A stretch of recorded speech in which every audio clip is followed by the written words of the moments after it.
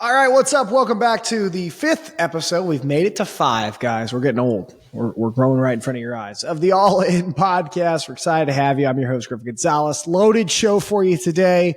We're going to go through with our cold open, talk about who is making the college football playoff. You can go ahead and book it now. Book your flights if you're a fan. And then we also have a great conversation coming up with the legend himself, Rick Bozich. He's covered sports in Indiana and Kentucky for over 40 years. He's going to share some of his favorite stories with us, as well as talk IU football facing off against Louisville this weekend, two teams he is very close to. So we have a great conversation with him. All that and more coming up on the All In podcast. Let's get going.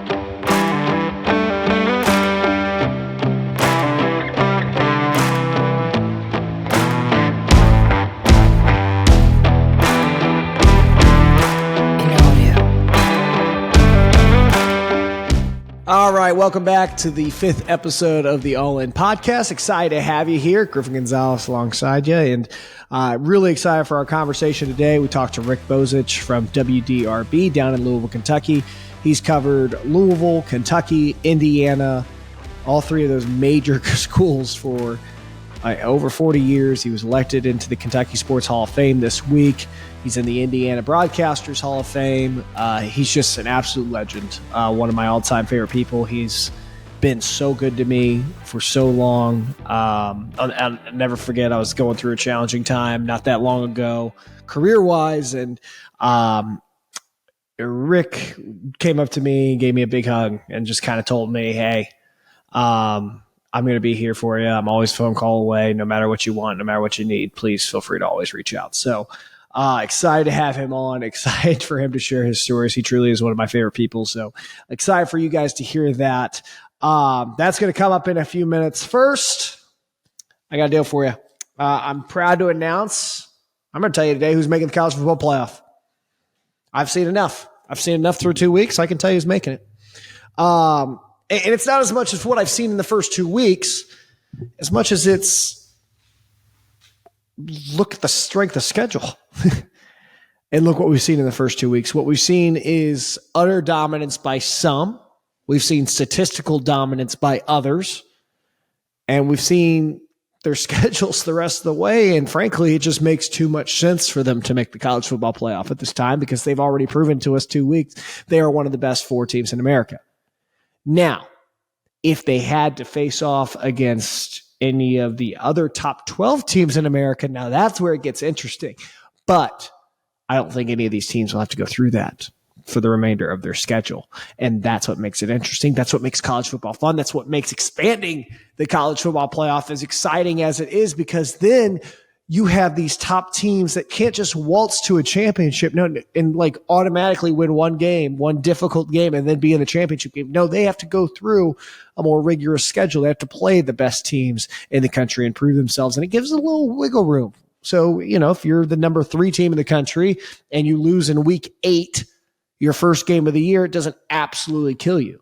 I've always said, if you're going to be one of the top 8 teams in the country, your best, and you're going to have to drop at least one game, it's better to drop that game at the beginning of the year, get the doubters on your side early, drop to 15, and then earn your way back up, win 11 straight, because then guess what? Who do we want in the playoff? A team that just lost in week 8, or a team that lost week 1 and then ran off 11 straight wins? Both teams have one loss, but we're going to put in the team that ran off with 11 straight wins instead, because why? The momentum is on their side. These 4 teams that I'm actually going to give you 5 today, because I'm going to throw in that 5th one that could possibly make it, but probably will be left out. Okay. I'm still kind of dabbling with it in my head, but I can tell you who your number 1 team in the college football playoff is going to be. It's going to be USC. We saw USC absolutely obliterate Stanford this past weekend. Stanford is not an FCS opponent. They were up 49-3 at halftime. USC is the only team in the country, according to Pro Football Focus, with a top 10 offense and a top 15 defense. That's something no one else in the Pac-12 can say. So I'm not really concerned about them going against the rest of the Pac-12, despite how good the Pac-12 is this year. In fact, their toughest games, one ranks at Colorado. That will be fun. I'm sure College Game Day will be there for that one as well, as they will be for every Colorado game, it seems, this season. At Notre Dame, that's another tricky one. Notre Dame might be seen on this list as well. We'll get to that. At Oregon and Washington at home. The reason I have USC in this playoff, the reason I have them number one, not only do I think they beat all those teams, especially since I think Notre Dame showed us some similar concerns of what we're going to see from Notre Dame the rest of the year at that NC State game this weekend, but I also see Oregon going to fall eventually. I don't like Washington's defense. I absolutely love their offense. So I see USC able to lose just one of these games. They can drop any one of them that they want. Colorado would be a good loss. Notre Dame would be a good loss. At Oregon would be a reasonable loss. Washington would be a reasonable loss. If they win the Pac-12 championship, they're in. So I have USC being my lock in there. Are they going to be number one? I think they will be right now, but they're definitely going to be in the playoff. Number two, you ready for this? Big shocker. University of Michigan. I mean, by far brought back the best roster, I think, in all of college football this year from what they had a year ago. Their toughest games remaining, though. They have, by far, in my opinion, the toughest schedule of any of these teams on my list. They have at Penn State versus Ohio State. But let me tell you what Michigan has that neither one of those teams have. They have a top 10 offense and a top 25 defense. Penn State is close to that, but they're not there exactly according to Pro Football Focus. And I still think, I think Ohio State usually is this vibe that Michigan has this year. Usually when we look at the Ohio State, especially from a Big Ten East point of view, Michigan is always up there. Penn State's always up there. But we look at Ohio State and we're like, they're just the Cleveland Browns practice squad. I mean, they're just like equally as good. I mean, there are questions of whether or not they could beat pro teams some years.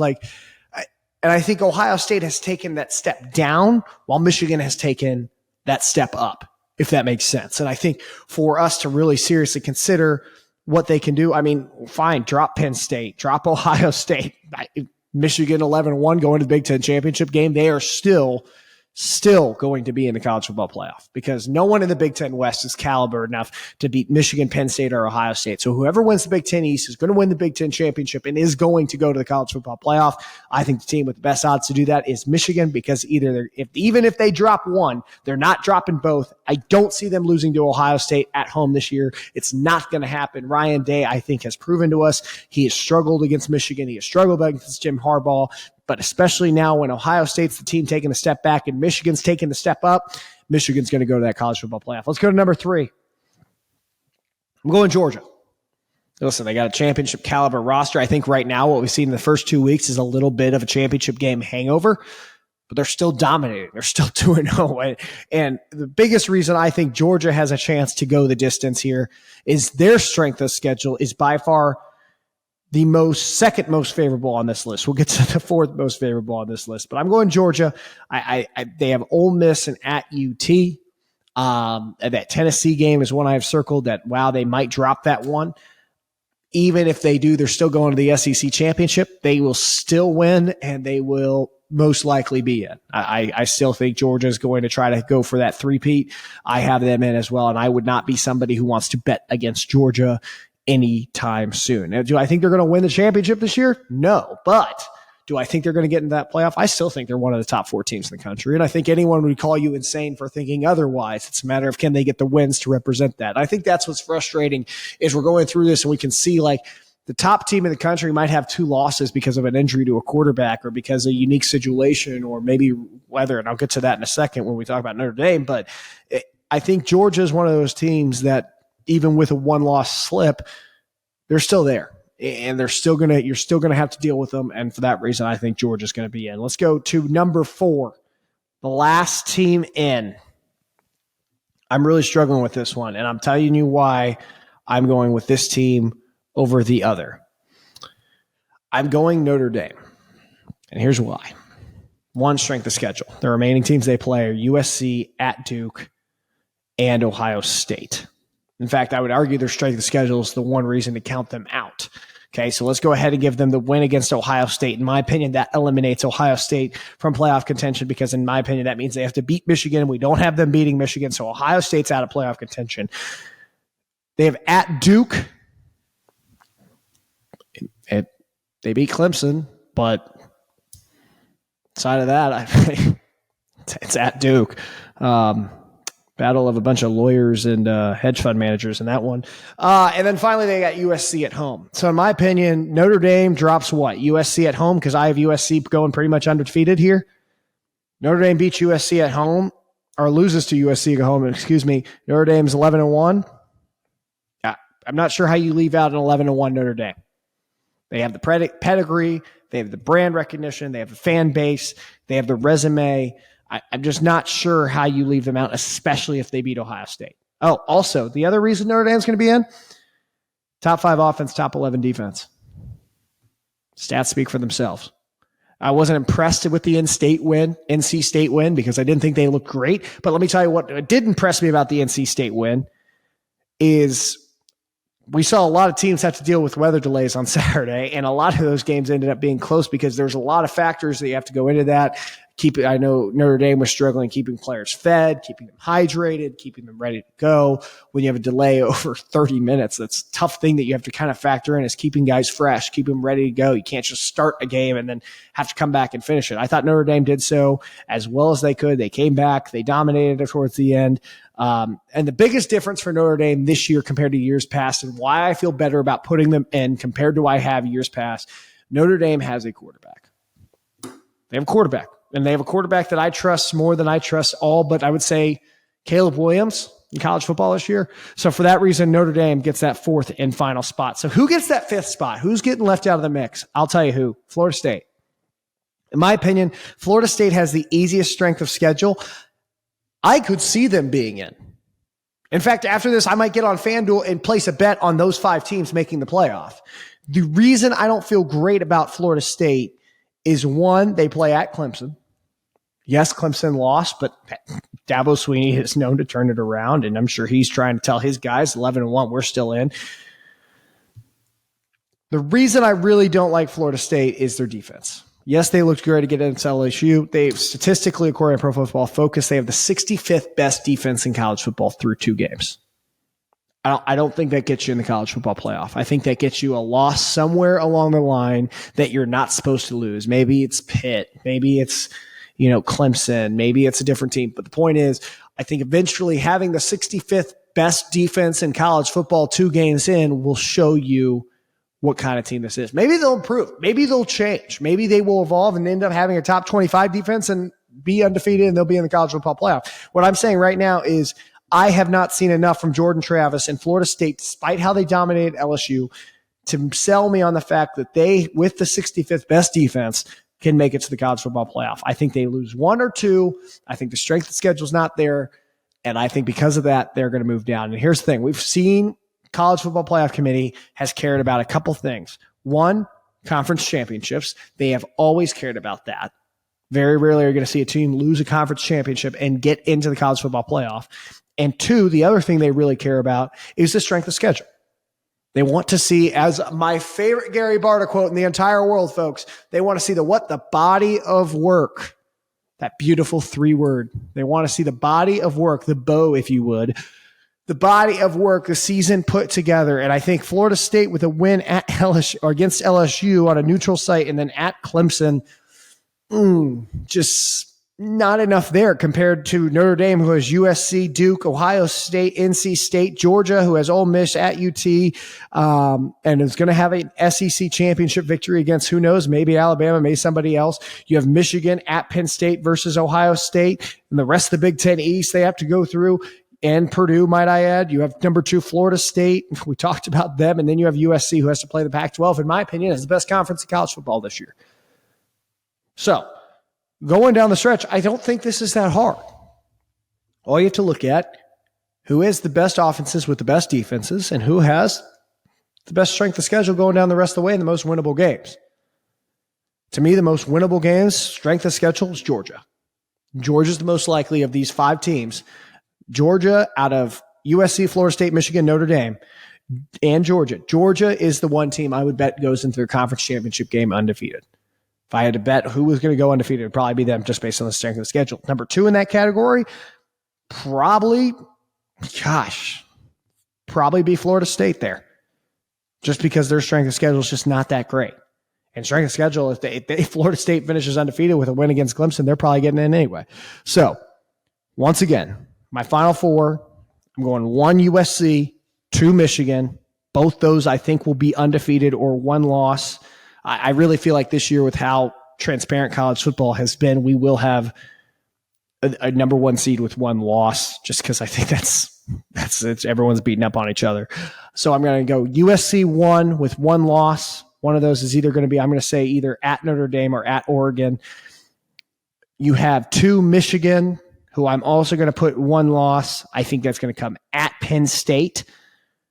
Number 3, we're going Georgia, who I think will have one loss at UT. And number 4, we're going Notre Dame, who I think is going to have one loss at USC or against USC.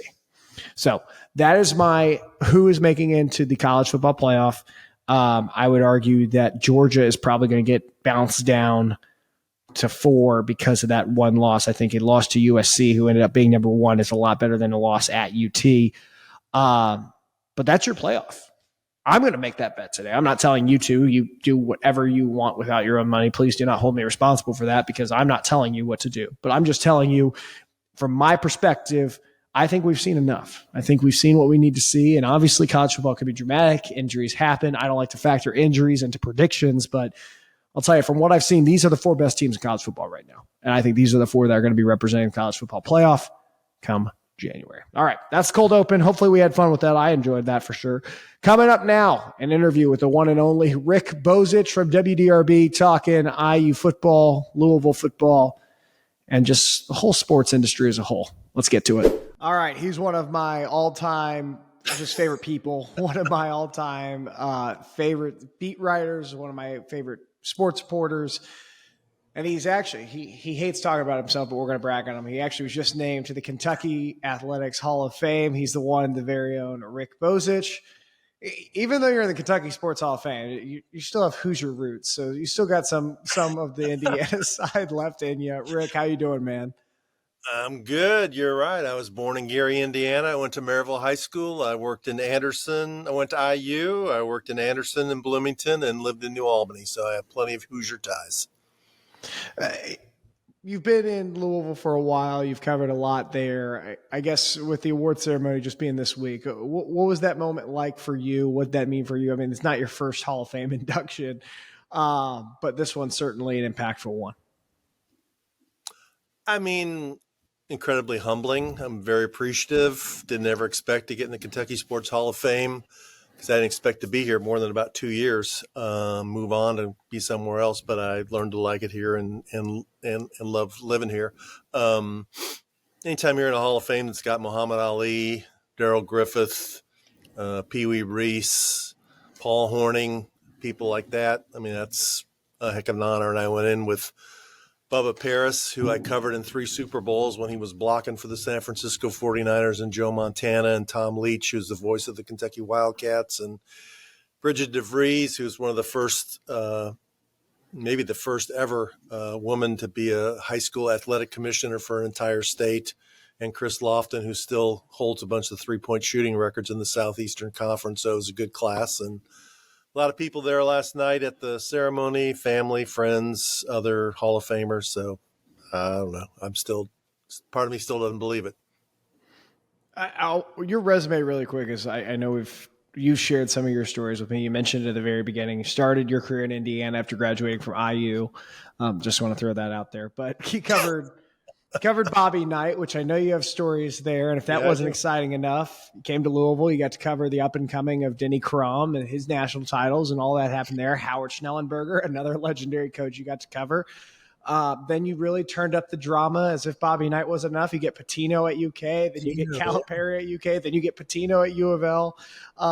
You certainly have had enough stories to write a book, but most importantly, you've gotten to cover the rise and eventually some of the falls of some of the greatest coaches sports has ever seen. I guess what has been for you the biggest lesson you've learned from covering some of those hierarchies and those highs and lows of their careers? Wow.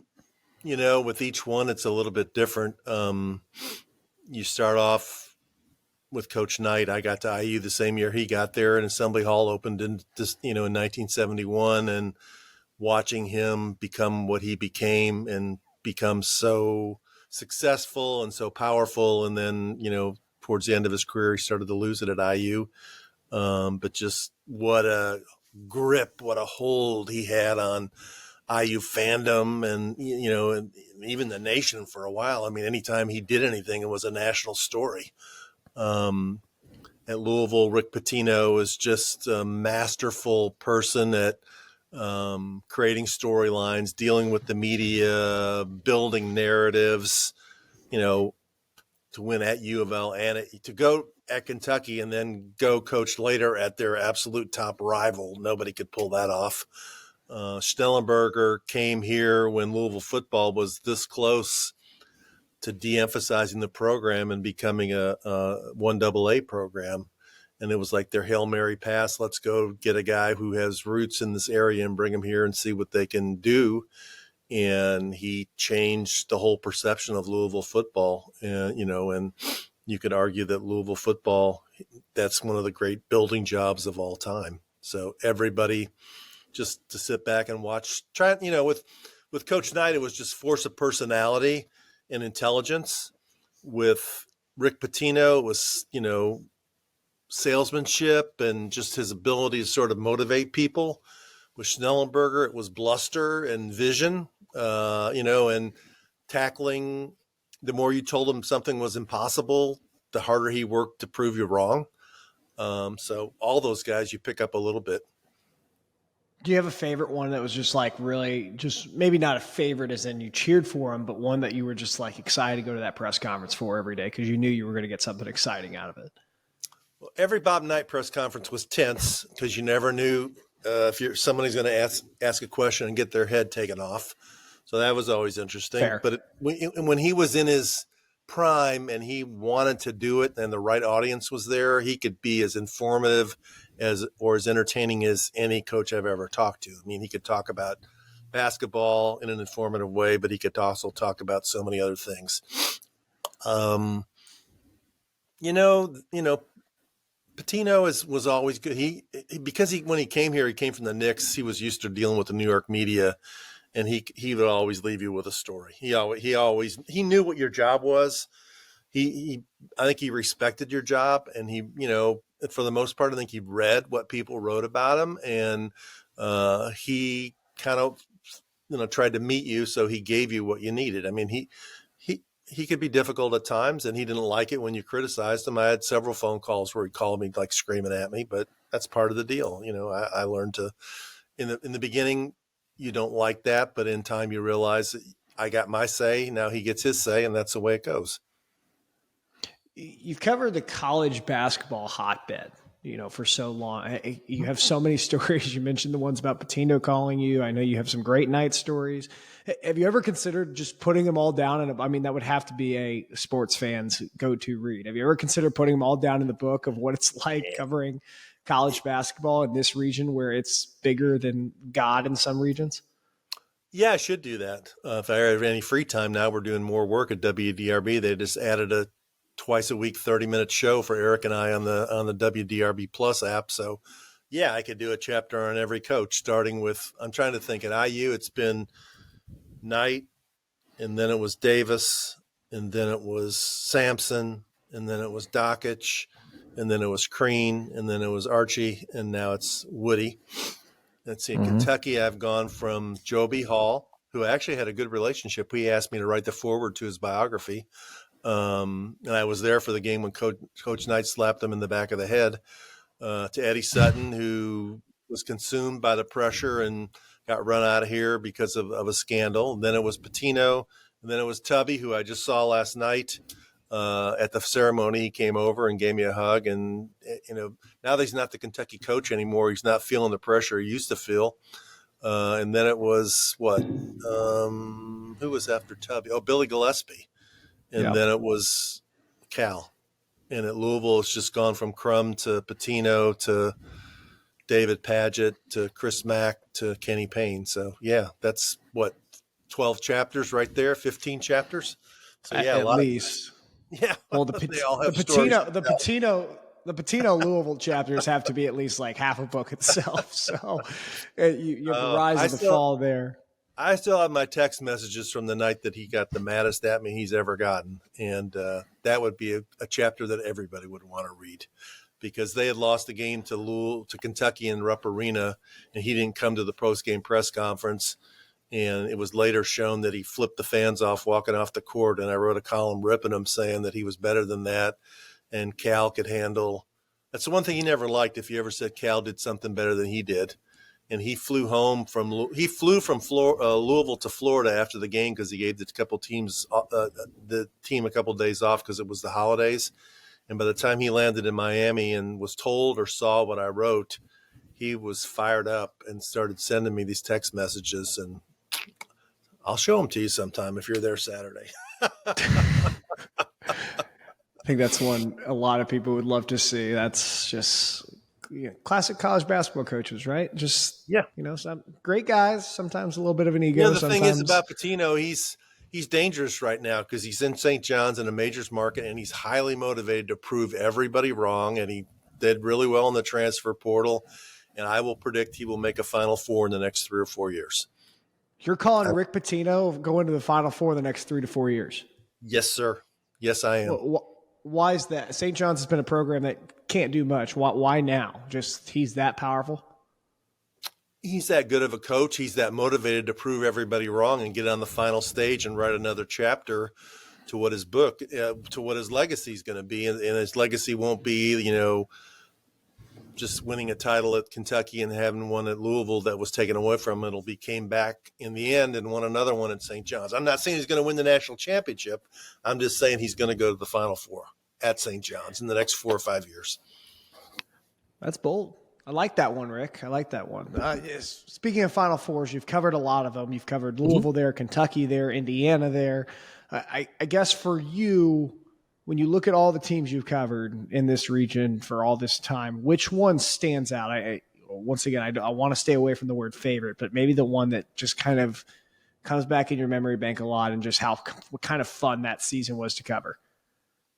I mean, it's got to be the 1975 Indiana team. I know that the 76 team is the one that went undefeated and won the national championship with the 75 team. That was the year I was a senior, and I covered the team for the Daily Student, and that was Steve Green and Laskowski and those guys. And that was the year that Coach Knight really showed what he could do. That team, if you go back and look at the scores game by game, they were more dominant than the 76 team. And then Scott May broke his arm against Purdue in February and tried to come back and play, and they ended up losing to Kentucky in the regional final. But I got to know those guys. I still, Steve Green, Abernathy, Quinn Buckner, Scott May, Bobby Wilkerson was always great to me. Back then, Coach Knight actually let the Daily Student fly in the team plane, so I went on 2 road trips.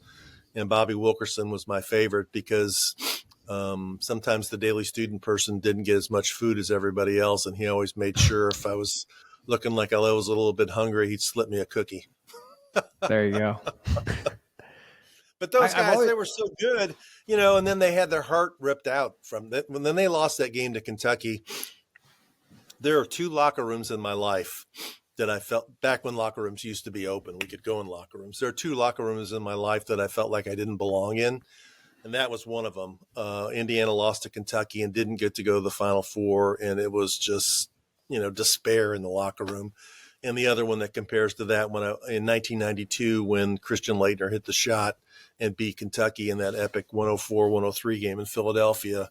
That was the end for John Pelfrey and Feldhaus and Sean Woods and those guys. And I went in the locker room and I felt like I didn't belong in there either, because they were so crushed by the defeat that I don't think they really wanted media people in there. So those are the 75 Indiana team will be the one that I always, think about the most. Hey, you've been a journalist for so long. I want to ask this because the podcast does kind of cover sports, media, just culture, all that. When you've been in a region as long as you have, I know you do such a good job of kind of staying away from, you're not a fan, but you also, I feel like there's a line you toe where it's kind of like, where maybe not loyalty per se, but where just that home base is. Do you feel like that? Do you feel yourself kind of like, hey, you're not rooting for Kentucky, but you're rooting for the story that this team could tell. Is that how you would describe it? That's how I always felt like I described it. But yeah, I guess the best way to point it, Kentucky, since I've been here, has won 3 national championships: 96, 98, 2012. 96, that team was coached by Pitino. They were ranked number 1 for a good part of the year, and you thought they were going to win. 2012 was the Anthony Davis team that was really good and was expected to win and did win. But the most enjoyable team to cover, and the team you kind of pulled for, was the 1998 team, because it was Tubby Smith's first year. They lost a bunch of games early in the year, and people were grumbling about them. They didn't really have the overpowering NBA talent that the other 2 Kentucky teams did. They had Jeff Shepard and Scott Padgett and Hashimu Evans and Wayne Turner and those dudes. And they really, for those guys, like, winning a national championship really meant more because they were proving people wrong. And most of them weren't going to go on to be NBA players. Like, this, they knew was the apex of their career. And so I think what you're talking about is, you're not really a fan, but it's more fun to do your job when a team that you're covering wins. People are easier to be around. They're more likely to talk to you. More people want to read about it. So yeah, the teams like that, the overachieving teams are the fun teams to cover because they're appreciative of what they're accomplishing.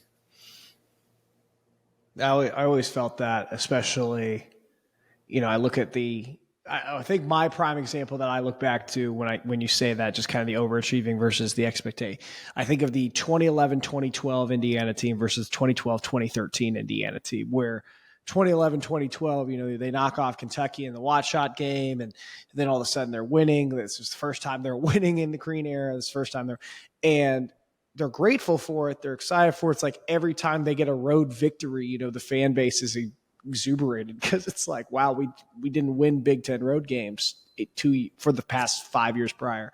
Then you go to 12-13, where winning became the expectation.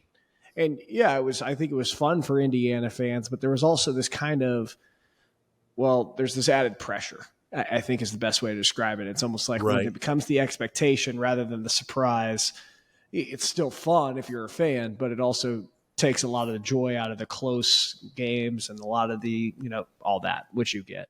Yeah, they both went to the Sweet 16, but the 2012 team is viewed as a success. And the 2013 team, even though it won the Big Ten regular season championship and went to the Sweet 16, is viewed by some, people as a letdown because it was Final Four or bust really that year. And I even remember being in New Orleans at the 2012 Final Four before the national championship game. And I was in the press room talking to some national writers. And we all know that it's not long after the national championship, everybody puts out their, way too early lists of rankings for next year. And I was told by a couple people, yeah, Indiana's going to probably be ranked number 1 in this poll. And I remember texting Tom Crean. I said, better get ready for it because they're going to ramp the expectations up for you by the end of the week that you're going to be number 1 in a bunch of these polls. And that's what you're talking about. And, when it's always better to under promise and over deliver, because when people start talking about how good you're going to be, then, a certain amount of the fan base and the national people set those expectations. And if you don't meet them, then they're going to view you as a letdown. Someday we're going to have a deeper conversation about the Tom Crean era of Indiana basketball. I'm going to save that for another day, but that could be someday I would. I think when it comes to be a basketball season, like when we actually move on past football season, when we hit October, when hope for Indiana football usually dwindles, we'll open the book to I can't do it before October. I can't do it before mid-October. Well, Media Day is next week from today, I just saw. See, there we go. Of course, because we have to talk about basketball now that it's September, right? I am going to ask one question about IU basketball just because I have you here and I want to ask you about it.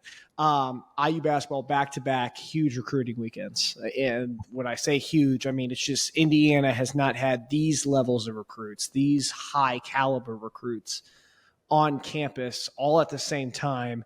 It's something Archie was never able to do. It's something Crean wasn't really able to do. It's something we know Sampson probably could have, but wasn't able to do in the short time that he was there, and something Davis, and something we haven't seen in a while is what I'm trying to say. What is Mike Woodson doing right now at Indiana that, from your viewpoint, not a lot of guys have been able to do since Bobby Knight? I think it's several things going on. One is he's earned a tremendous amount of credibility because of the way he carries himself and the way he helped Trace Jackson Davis improve and get picked by the Warriors and get that contract where the first 2 years are guaranteed.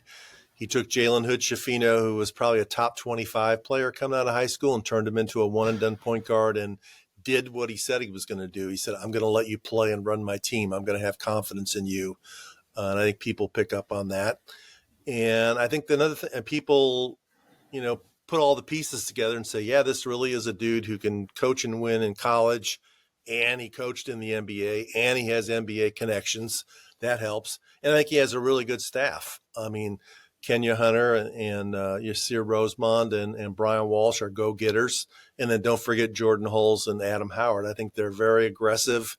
And the thing that Woody said a long time ago is, I think he said some of his assistant coaches told him, we can't recruit those kind of guys yet. We haven't done enough. And he goes, no, this is Indiana. We deserve a seat at the table. We're going to demand a seat at the table. And so he's not taking no for an answer. And, the next step is he needs to land some of these guys. They've gotten Hood-Schifino. They got Renew on the rebound. They got Mbako on the rebound. But they need to go in and slug it out with some of the Kansases and Dukes and Carolinas and Kentuckys and win these recruiting battles. And we'll see if he gets it done.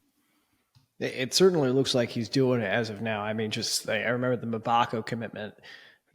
I talked to some of those guys you mentioned, and they were just like, this kid's good.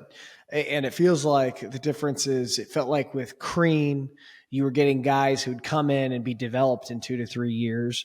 With Archie, you got one good guy every 2 to 3 years, who maybe could figure it out, but we were going to get in-state guys who just couldn't figure it out. And now with Woodson, it looks like his priority is, we're not going to dominate and be on the I feel like Woodson's looked at it and said, I don't want to recruit like Purdue recruits. Purdue might find success there. We're Indiana. We're going to go compete with UNC. We're going to go compete with Kansas. We're going to go compete with Duke. And I feel like he's done just that. And he's been able to capture, I said on Crimson Cast last weekend, what I think Woodson has done masterfully that no other coach has been able to figure out in Indiana. He's been able to connect the past with the present and the future. Mm-hmm. And he's been able to look, understand where we've been, use that as a program lift, but also not let it hinder where he's trying to go and not be so focused on the past he can't get to the future and where players want to go, in the sense that guys want to get to the NBA. That is the number one thing a recruit cares about getting out of high school. Who's going to develop me and get me to the next level as quickly and as efficiently as possible. And I think Woodson, yes, he did a great job with Trace. I really thought the Jalen Hood-Schifino commitment, development, and then exit really, really showed all these recruits, wow, look what Mike Woodson can do in 1 year. Yeah, and he did the modern thing, which is what good coaches do. He showed up in New York City and supported him on NBA draft night and showed people, like, this is my guy, and my guy likes me. He wants me here with him. That matters to players. Relationships matter to players. And the next step he has to make, he has to take 2 steps. One is he's got to get in these top recruiting battles and win them. And the next one is, all right, you've gone to the round of 64 the first year. You went to the round of 32 last year. Now you got to have more success in the tournament. It's Indiana. We all know that people got upset with Tom Crean because he went to 316s and never got any farther. I mean, Woody's got to take the next step. I'd like to point out, of those 3 Sweet 16s Crean went to, all 3 of those teams went on to the Final Four of the championship game. I just love pointing that out, because I think people forget that. Like, that the teams that beat Crean in the Sweet 16 went Kentucky on to go to the Final Four or win. Kentucky won. Syracuse went to the Final Four. Right. And I believe North Carolina was in the championship game and lost to Villanova that year. That's correct. Yeah. So it's not like he's losing to, St. Francis or, these, Crean at least lost to good guys. And I think it's not like the end of the night era when they were losing to Pepperdine and Richmond and California and some of those teams. People forget about that. We're going to go to IU football in 1 second, but I want to ask you one quick question. Okay.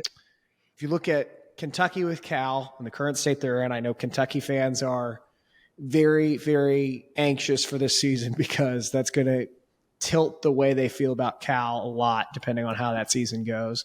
You got what's going on with Kenny Payne down in Louisville, and then you have Mike Woodson and what he's doing at Indiana. If you look at the next 5 years and you have to pick one of those guys who's going to have the most success, which one are you riding with? Between Kenny Payne, Calipari, and Woody? Yeah. Whew, that's tough. I guess I'll go with Woody.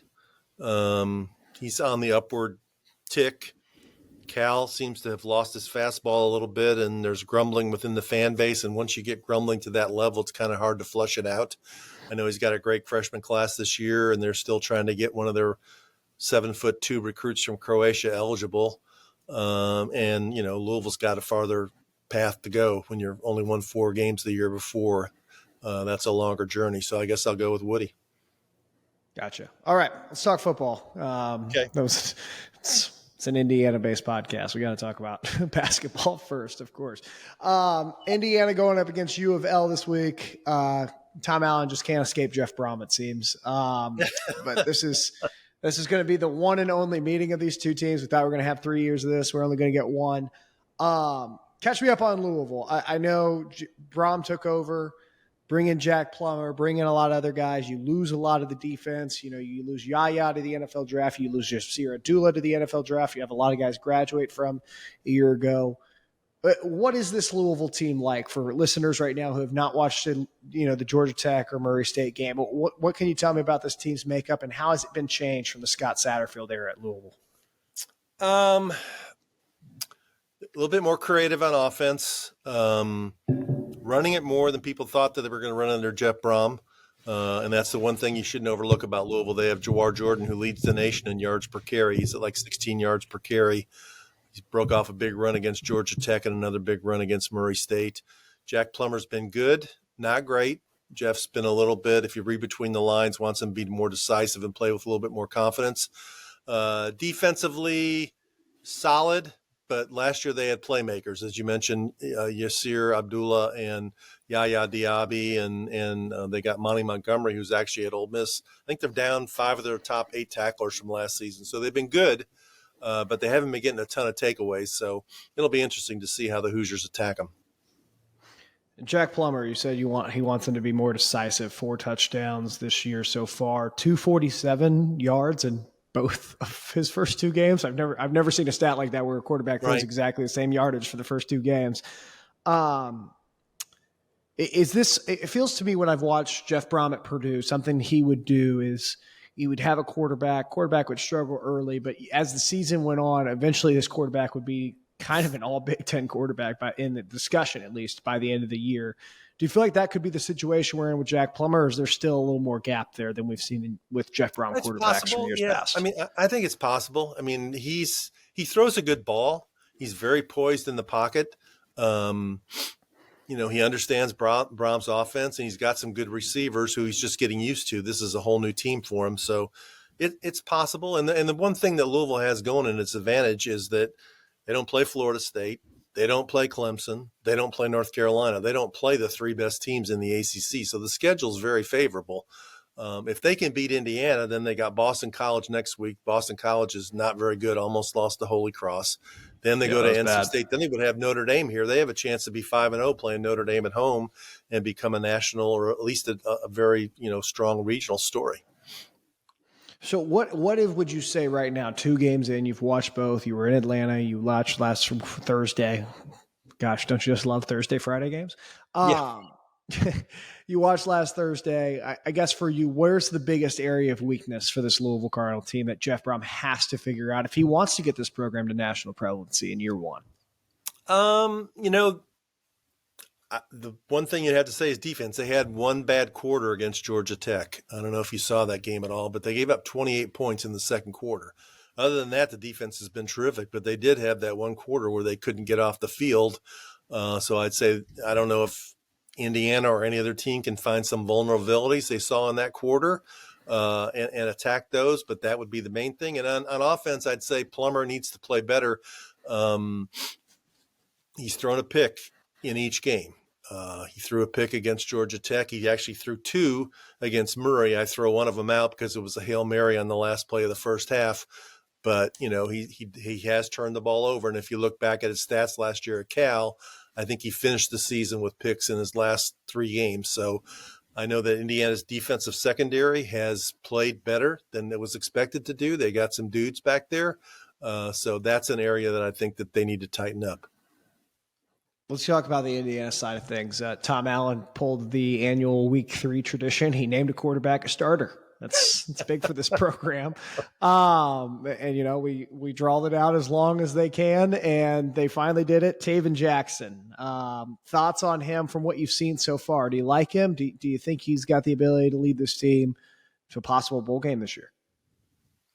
Yeah, I do like him. I like his potential. That's the thing, is I think he's still a little bit raw. He needs more experience. He needs more reps. He needs more exposure. It'll be interesting to see how he responds on this stage. I kind of understand why I didn't throw him out there against Ohio State. It could have maybe hurt his confidence. He looked good against Indiana State, but he's not going to have the time to sit back there and just be comfortable throwing the ball the way did against the Sycamore. So we'll see. He'll have to get the ball out faster. He'll have to make decisions faster against Louisville on Saturday. Have you been impressed, I guess, from, Indiana was talking a lot about just the past 2 years. You go from 2 wins to 4 wins, or 3 wins, excuse me. But have you been impressed with the way Tom Allen, won and improved? I think the biggest thing coming in from this past season was they needed to desperately improve offensive line play. The offensive line has looked significantly improved, and Ohio State will be the first ones to tell you that. Still have a long way to go, but it's better than what we've seen. The defensive line looks like a Big Ten defensive line. Have you been impressed by his ability, despite the lack of success over the past 2 years, the ability to kind of turn some momentum back here and create some talent in the trenches where it has been just god-awful for the past few years?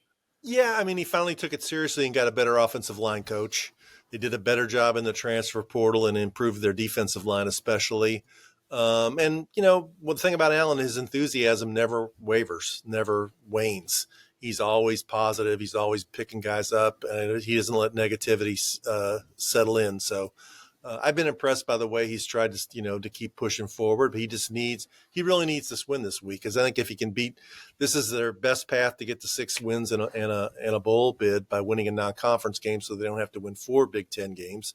And it's also a chance to get people back on his side fan-wise as they, then they go to Akron, they can get to 3-1, and you get people excited about your program again. Well, I was saying to somebody this past week, it really, when you go down the stretch of the schedule, I see 5. If you take the Louisville situation out, I see 5. The Louisville one, in my opinion, gets you to a bowl. But it's not even that. It's the confidence that a Louisville win provides you. It's going against an actual Power 5 school, not Indiana State. It's knowing that you can get a good quality win against Louisville's not a bad program. This is a team that arguably should have won more games than they did last year, probably will win more games than they did last year this year. And it feels like for Indiana, this not only serves as a win, that adds to your total to get to 6, but also gives you confidence heading into what will be a grueling Big Ten season if you let it. Absolutely. I mean, if you can beat Louisville, a team that expects to win 8 games, is ranked in the top 35 in all the computer power rankings. That's, against a coach that you've gone 1-4 against, and Jeff Brom, and everybody says, has their number. And you put yourself, as I just said, beating Louisville, and then if you can beat Akron, you're 3-1, and then it's Maryland, I guess, on the road. I mean, if you're 3-1, you keep the talk alive longer of getting to 6 and winning a bowl game. If you lose this game, you know how it is around IU football. All the doubters and the negativity are going to come out, and the basketball media days next week. And as you mentioned, the conversation is going to flip to basketball. Do you think historically, we hear rumblings about how it's kind of awkward just in the athletic department, just about how quickly the transition occurs and how fans are, all right, Indiana football is not winning 6, time to shift. Do you feel that the attention that fans gravitate towards when it comes to be even close to basketball season has almost caused a a lack of growth in the Indiana football program over the past couple decades, in the sense that it just has always gravitated. No question about it. It's something that Indiana should have dealt with 20 or 30 years ago. 20 or 30 years ago, it was such just a basketball centric situation, and other schools I think changed. And Louisville was one of those schools.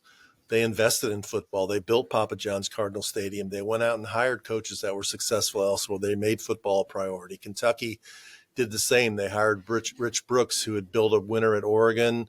They built a better practice facility. They modernized their stadium. Indiana is talking about doing that now, but it should have been done 20 or 25 years ago. Well, it certainly seems like that's where they got to go. So we'll see if they're able to invest. Certainly that new Big Ten money helps. So we'll see if that changes over time. Rick, last one quick for you. Who are you going with on Saturday? What is the prediction you got for us? The Cards are favored by 10. I think it's going to be Louisville, I don't know, 28-13. That'd be my guess. I'm not convinced from what I saw against the Ohio State game that Indiana will be able to score that much. And Brom is able to usually score on pretty much anybody. So I'll say 28-13 Cardinals. Awesome. Well, Rick Bozich, you can read all of his work at WDRB.com. Rick, thanks for joining us. Thanks, Griffin. Appreciate it. See you, man. Thank you.